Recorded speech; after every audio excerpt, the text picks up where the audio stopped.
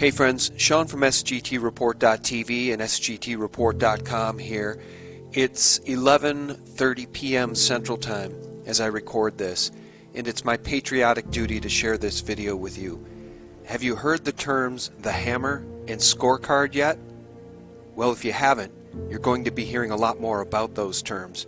And in fact, at the end of this video, you're going to hear those terms spoken by General Flynn's attorney, Sidney Powell herself.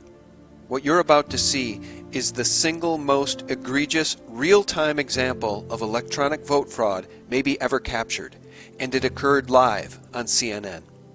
I would ask anyone watching this video to rip it, re-upload it, share it, tweet it, and email it to CNN and to anyone on President Trump's team. The mainstream media and big tech continue to claim there is no evidence of vote or election fraud in this election. And that's because they are co-conspirators in this treason. This is an interview between L. Todd Wood and voter fraud researcher Russell Ramsland. And below this video, I will leave a link to the full interview so you can hear many more examples of electronic vote fraud captured by Russell Ramsland. This is some amazing video that you're seeing from CNN election night. And I want to go back and show you a little bit about this clip. First, I want to explain what's happening in this clip. What's happening in this clip is this is the live feed from Clarity Elections coming through the Associated Desk or Decision Desk HQ. So this is the live feed. You're seeing the database that Clarity has as it gets updated with votes, okay? And right now, oh, and this little ribbon at the bottom, this is generated by CNN, and they update this a second after they get the update from Clarity up here. So let's just look. Right now, Andy Beshear, who is the guy that upset Matt Bevin, the governor at the time, Andy Beshear has 673,948 votes. That ties to what the ribbon from CNN says. Same thing with Matt Bevin, 662,235. 662,235. Now, let me take you through, and real quick, I'm going to run it again. You're going to see, if you're watching just this gold, you're going to see a flash update, and then this guy's face fills the page, and then I'm going to show you what you really missed. So here we go. Watch the gold. The update's coming. Boom, there it updates, and now here's this guy. Now let me show you what you missed. We're going to drag this back frame by frame. And so here we are before the update, and now I'm going to start walking you forward.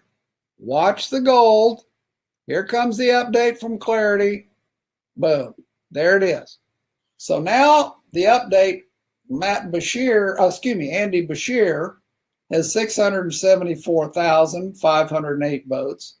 And look down below, Andy Beshear had 673,948. They haven't had a chance to update the ribbon because this is in split seconds we're looking now. So Andy Beshear has just gained 560 votes. That makes sense.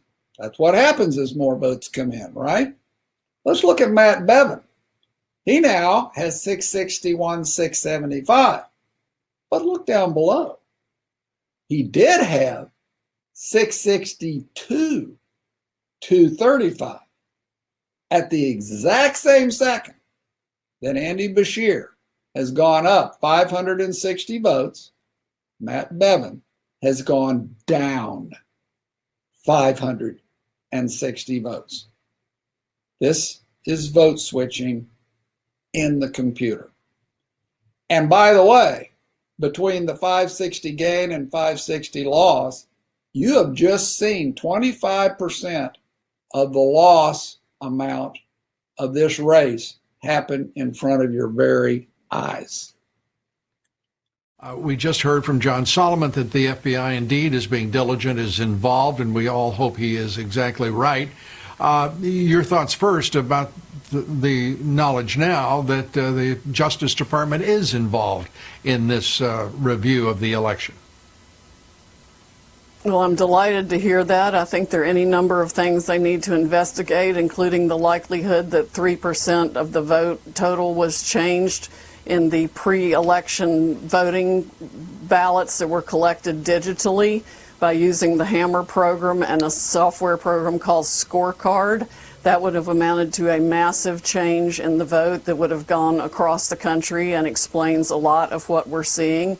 In addition, they ran an algorithm to calculate votes they might need to come up with for Mr. Biden in specific areas. I think that explains what happened in Michigan, where the computer glitch resulted in a change of votes of about 5,500 in favor of President Trump, just in one of 47 districts. All those districts need to be checked for that same, quote, software glitch, end quote, that would change the result in Michigan dramatically.